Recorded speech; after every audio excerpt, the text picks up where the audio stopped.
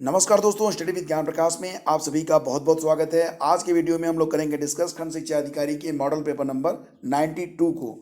तो जितने भी मॉडल पेपर अब तक डिस्कस हुए हैं सबके लिए एक अलग से प्लेलिस्ट बना दी गई है, जिसका डायरेक्ट लिंक वीडियो के डिस्क्रिप्शन में आपको दे दिया गया है। तो क्वेश्चन नंबर 1 से करेंगे स्टार्ट। आपको बता दें कि आज के इस पूरी टेस्ट सीरीज में आपको जो प्रश्न मिलेंगे वो भारतीय इतिहास में प्राचीन इतिहास और मध्यकालीन इतिहास से मिलेंगे। सारे के सारे प्रश्न बहुत ही इंपॉर्टेंट हैं, इसलिए पूरा वीडियो आप लोग देखिएगा, बिल्कुल भी स्किप मत कीजिएगा। क्वेश्चन नंबर 1 से स्टार्ट करते हैं। सिंधु सभ्यता में घोड़े की अस्थियों का अवशेष कहाँ पर मिला? घोड़े की अस्थियों का अवशेष कहाँ पर मिला, ये क्वेश्चन है, कई बार पूछा गया है। सही जवाब इसका होगा सुरकोटदा से। ऑप्शन डी इसका सही जवाब है। सुरकोटदा ये कहाँ पर स्थित है? तो ये गुजरात में स्थित है, ये भी आपको पता होना चाहिए। और इसके अलावा कुछ प्रश्न और भी बनते हैं, जैसे कि अगर आपसे ये पूछा जाएगा कि घोड़े की जो दांत होते हैं, जो घोड़े के दांत होते हैं, उसके अवशेष हमें कहाँ से प्राप्त हुए हैं? तो दोस्तों याद रखना, अगर क्वेश्चन में पूछा गया कि घोड़े के दांत के अवशेष हमें सिंधु सभ्यता में कहाँ से प्राप्त होते हैं, तो ये प्राप्त होते हैं हमें राणा घुंडई से। राणा घुंडई से, तो ये बिल्कुल याद रखना आप, राणा घुंडई से प्राप्त होते हैं घोड़े के दांत। और घोड़े की जो मूर्तियाँ होती हैं, जिसको आप क्या कहते हैं, मृण मूर्तियाँ, तो जो मृण मूर्तियाँ हैं वो भी हमें प्राप्त हुई हैं, और इनकी जो प्राप्ति स्थल है वो है लोथल, और दूसरा जो स्थान है उसका नाम है मोहनजोदड़ो। तो ये दोनों बातें आप बिल्कुल याद रखना। इसी क्रम में आगे बढ़ते हैं। नेक्स्ट होगा कि निम्न में कौन सा उपवेद नहीं है? जैसा कि आप सभी लोग जानते हैं, वेदों की संख्या कितनी है? वेदों की संख्या 4 है। उसी प्रकार से जो उपवेद हैं उनकी संख्या भी यहाँ पर 4 है। तो चारों उपवेद हैं उसके बारे में भी आपको बिल्कुल पता होना चाहिए। मैं आपको बताना चाहूँगा कि उपवेद जो 4 हैं वो कौन कौन से हैं। एक तो होता है आपका आयुर्वेद, इसको भी आप उपवेद कहते हैं।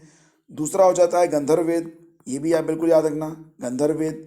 तीसरा जो वेद है उसको कहते हैं शिल्प वेद, इसको स्थापत्य वेद भी कहते हैं। शिल्प वेद तीसरा वेद हो गया। चौथा हो गया धनुर्वेद या फिर शस्त्र शास्त्र वेद। तो याद रखना कि शस्त्र शास्त्र वेद जो है इसी को धनुर्वेद के नाम से भी जानते हैं। तो धनुर्वेद और शस्त्र शास्त्र वेद एक ही है। तो यहाँ पर क्वेश्चन है कि कौन सा उपवेद नहीं है, तो हम यहाँ पर देख लेंगे कि जो चारों वेद दिए गए हैं उपवेद, उनमें से कौन सा इसमें मैच नहीं हो रहा है। तो योग वेद इसमें शामिल नहीं है, यानी कि यही हमारा सही जवाब होगा। तो याद रखना कि योग वेद कोई उपवेद नहीं है। उपवेदों की संख्या 4 है, और जो कि आपके सामने है, इस पर हम डिस्कस कर चुके हैं। शतपथ ब्राह्मण, तैतरीय ब्राह्मण किस वेद के ब्राह्मण मूल पाठ हैं?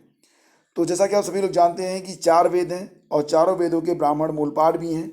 तो यहाँ पर क्वेश्चन है कि शतपथ ब्राह्मण और तैतरीय ब्राह्मण के जो ब्राह्मण मूल पाठ हैं वो किस वेद के हैं, ठीक है।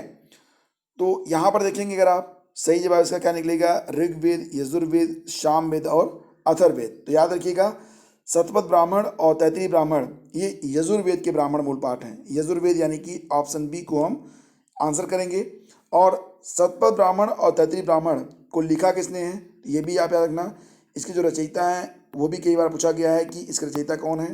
तो सही जवाब इसका होगा वासनेयाज्ञवल्क्य, इसके रचयिता हैं। क्वेश्चन नंबर 4 पे आते हैं। वेदों के गद्य प्रकरण क्या कहलाते हैं? जैसा कि ऑलरेडी हमने डिस्कस किया हुआ है कि वेदों के जो गद्य प्रकरण होते हैं उन्हें कहते हैं ब्राह्मण ग्रंथ। तो ऑप्शन सी इसका सही जवाब है। अब यहाँ पर आपको बिल्कुल पता होना चाहिए कि जो हमारे चारों वेद हैं उनके जो ब्राह्मण ग्रंथ हैं, यानी कि जो उसके गद्य प्रकरण हैं, वो कौन कौन से हैं, उनके नाम भी आप जान लीजिए। हो सकता है कि इसमें से एक आध क्वेश्चन आपको मिल जाए। सबसे पहले बात करते हैं ऋग्वेद के बारे में। तो जो ऋग्वेद है उसका जो ऋग्वेद के 2 ब्राह्मण मूल पाठ हैं। तो ऋग्वेद का जो ब्राह्मण ग्रंथ है उसमें एक तो आता है आपका ऐतरेय, और दूसरा कौन सा है, कौशितकी। ये दोनों आप याद रखेंगे। और इसके बाद बात करते हैं यजुर्वेद के बारे में। तो दूसरा वेद है यजुर्वेद, और यजुर्वेद के जो ब्राह्मण ग्रंथ हैं उन वो भी 2 हैं। तो इसमें कौन कौन से हैं, एक तो आपका मैंने अभी बताया आपको शतपथ ब्राह्मण हो गया, दूसरा हो गया तैतरीय ब्राह्मण, ठीक है। इसके बाद के जो 2 वेद और बचते हैं, एक तो आपका सामवेद होगा और दूसरा कौन सा होगा, अथर्ववेद। तो इन दोनों वेदों के सिर्फ एक एक ब्राह्मण ग्रंथ हैं, अथर्ववेद और सामवेद के। तो सामवेद का जो ब्राह्मण ग्रंथ है उसको कहते हैं पंचविश, क्या कहते हैं, पंचविश। और अथर्ववेद का जो ब्राह्मण ग्रंथ है उसका नाम है गोपथ। तो ये सारे पॉइंट्स आप क्या करेंगे, याद रखेंगे। इसमें से कोई भी एक पॉइंट आपसे पूछा जा सकता है। क्वेश्चन नंबर 5 पे आते हैं। ऋग्वेद में श्लोकों की संख्या कितनी है? ये यूपीपीएससी और यूपी ट्रिपल एससी का बहुत ही फेवरेट क्वेश्चन है। याद रखना कि ऋग्वेद में जो श्लोकों की संख्या है वो कितनी है? 1028 है, यानी कि ऑप्शन सी। अच्छा, ये अगर ये क्वेश्चन पूछा गया कि सबसे प्राचीन वेद कौन सा है, तो ये वेद भी सबसे प्राचीन वेद ऋग्वेद है। और ऋग्वेद में जो मंडल हैं उनकी संख्या कितनी है, ये क्वेश्चन भी पूछा जाता है। सही जवाब है 10। अगला क्वेश्चन होगा कि विशाखदत्त द्वारा रचित मुद्रा राक्षस कौन सी भाषा में लिखा गया है? मुद्रा राक्षस नामक जो किताब है ये 4वीं शताब्दी के उत्तरार्ध और पश्चिमी शताब्दी थी उसके पूर्वार्ध में लिखी गई किताब है मुद्रा राक्षस, जो कि संस्कृत भाषा में लिखी गई है। और इसी किताब में हमें चंद्रगुप्त मौर्य के बारे में पूरी जानकारी प्राप्त होती है। चंद्रगुप्त मौर्य के बारे में हमें जानकारी देने वाली जो किताब है उसका नाम है विशाखदत्त द्वारा रचित मुद्रा राक्षस, जो कि संस्कृत भाषा में है। अच्छा, एक बात और भी याद रखना कि मुद्रा राक्षस जो कि मूल रूप में संस्कृत में थी उसका हिंदी अनुवाद किसने किया था? तो याद रखना कि भारतेंदु हरिश्चंद्र ने किया था इसका हिंदी अनुवाद, भारतेंदु हरिश्चंद्र। ठीक है, तो इतने पॉइंट्स यहाँ पर हमने डिस्कस किए। अब आगे बढ़ते हैं। अशोक के कौन से अभिलेख में ब्राह्मी लिपि का प्रयोग नहीं किया गया है? अब यहाँ पर मैं आपको बता दूं कि अशोक के कुल मिला के 14 अभिलेख हमें प्राप्त हुए हैं और इसमें से सिर्फ 2 अभिलेख ऐसे हैं जो कि ब्राह्मी लिपि में नहीं है। और ये जो दोनों अभिलेख हैं उनमें से एक है शाहबाजगढ़ का अभिलेख, और इसके अलावा जो दूसरा अभिलेख है उसके बारे में भी आपको पता होना चाहिए। तो जो दूसरा अभिलेख है वो है मानसेरा अभिलेख। तो दोनों आप याद रखना, मानसेरा और शाहबाजगढ़ का जो अभिलेख है, दोनों अभिलेख ये किस भाषा में है? ये दोनों अभिलेख लिखे गए हैं खरोष्टी लिपि में। ठीक है, खरोष्टी लिपि में ये दोनों अभिलेख आपको मिलते हैं। और ये जो शाहबाजगढ़ी है वो कहाँ पर स्थित है? तो ये आधुनिक जो पाकिस्तान है, पाकिस्तान में एक जगह है पेशावर, तो यहाँ पर आपको मिलेगा। और इसकी खोज हुई थी कब? 1863 में हुई थी। और किसने की थी? जनरल कोर्ट ने इसकी खोज की थी, जनरल कोर्ट ने। आगे बढ़ते हैं, क्वेश्चन नंबर 9 पे आते हैं।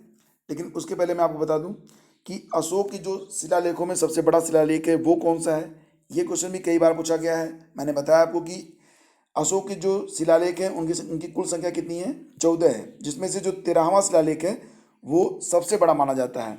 और जो 13वां शिलालेख है वो अशोक ने कलिंग विजय के बाद बनवाया था। ये माना जाता है कि कलिंग पर विजय प्राप्त करने के 8 साल के बाद ये 13वां अभिलेख लगाया गया था।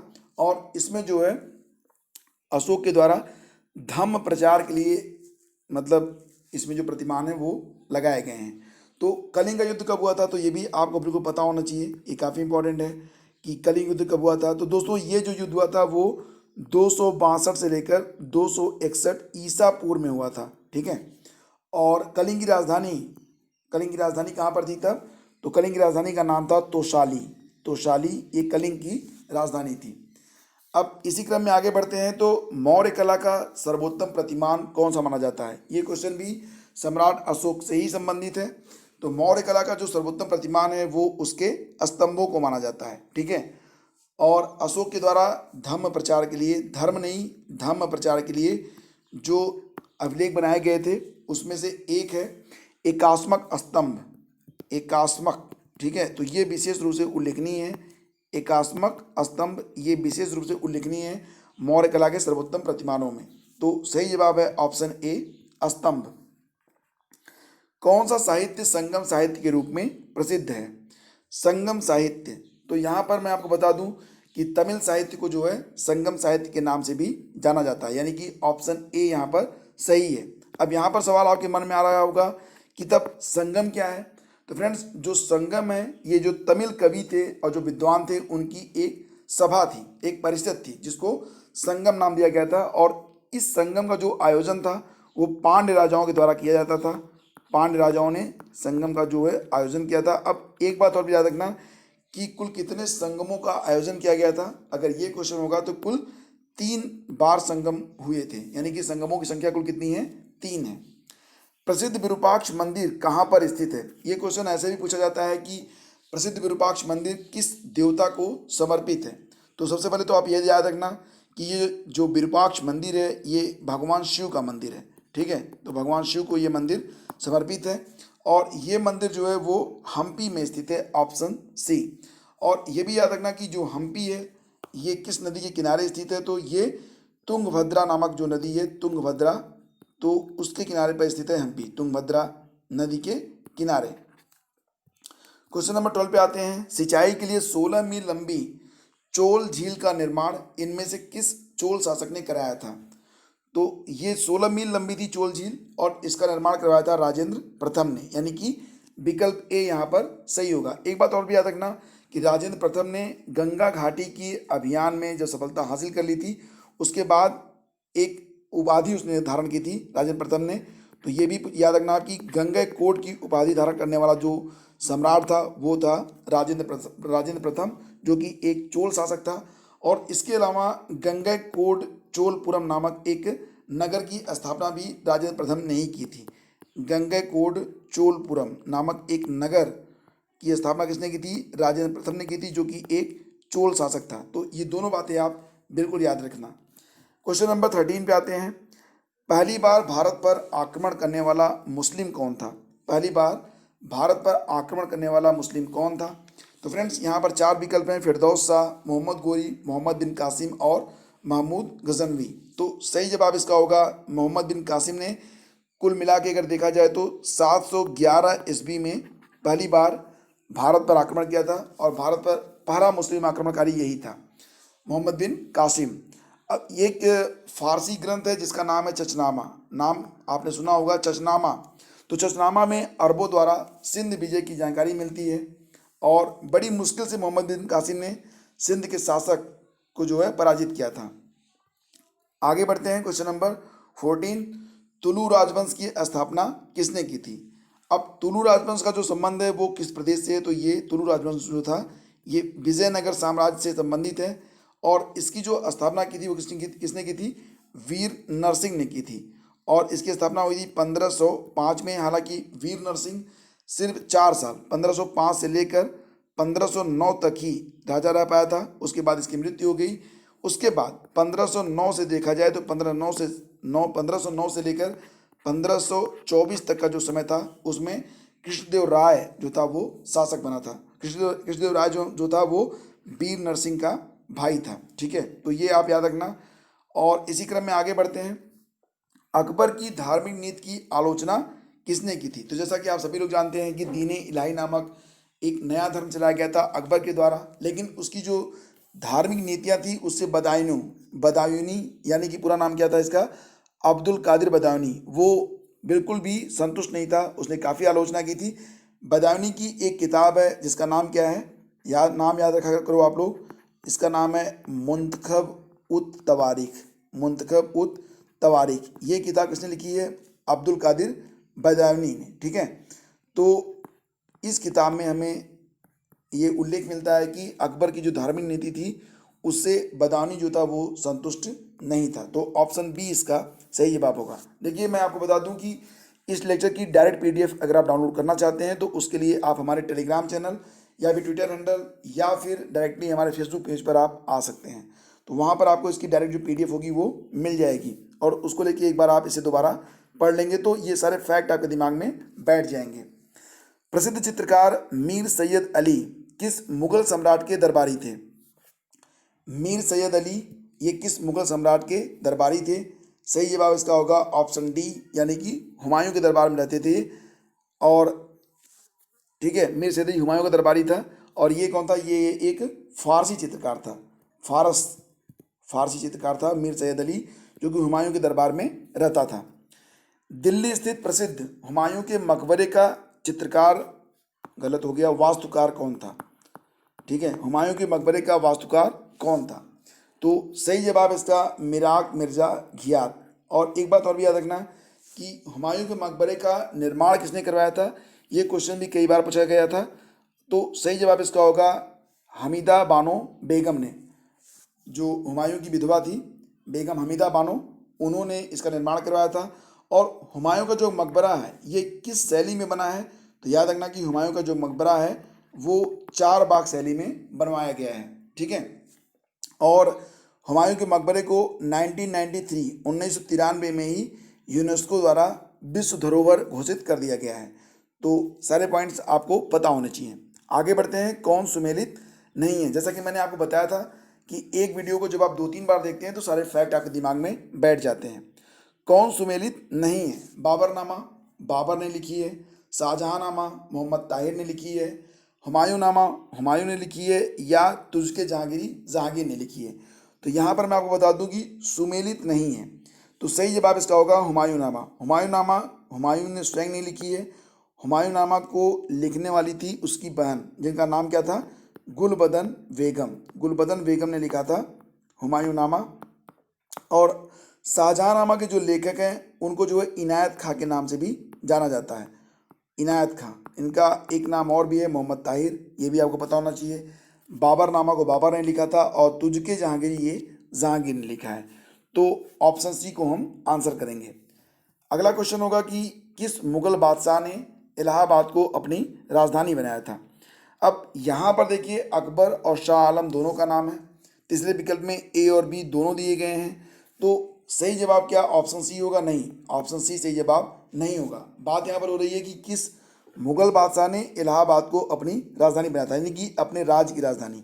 तो राज्य की राजधानी बनाने वाला था शाह आलम, मुगल सम्राट शाह आलम था, जिसने 1761 में इलाहाबाद को अपनी राजधानी बनाया था। एक बात और भी याद रखना कि शाह आलम का एक नाम और भी था, और ये नाम था अली गौहर।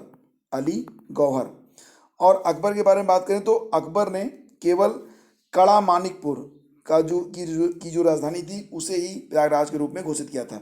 कड़ा मानिकपुर, तो मतलब एक छोटा सा प्रांत था कड़ा मानिकपुर, जिसकी राजधानी के रूप में इलाहाबाद को घोषित किया था अकबर ने। तो अकबर की राजधानी यानी कि अकबर का जो राज्य था उसके राज्य की राजधानी इलाहाबाद कभी नहीं रही। हाँ, शाह आलम की राज्य की राजधानी 1761 में थी इलाहाबाद। तो ऑप्शन बी को हम सही आंसर लिखेंगे। सिविल सेवा किसके शासनकाल में प्रारंभ की गई थी? मोस्ट इंपॉर्टेंट क्वेश्चन, सिविल सेवा ये किसके शासनकाल में प्रारंभ की गई थी? मैं आपको बता दूं कि लॉर्ड कॉर्नवालिस के शासनकाल में भारतीय सिविल सेवा की शुरुआत हुई थी।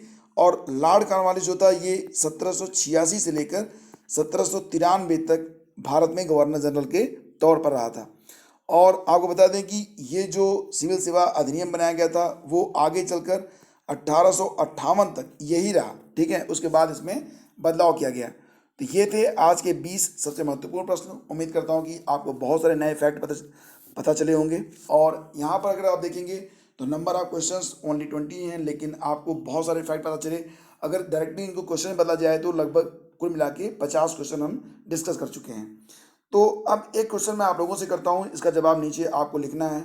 और आप लोग उत्तर जब लिखा करो तो थोड़ा डिटेल में लिखा करो, ताकि आपको भी याद हो सके और बाकी के लोगों को भी इसका फ़ायदा मिल सके।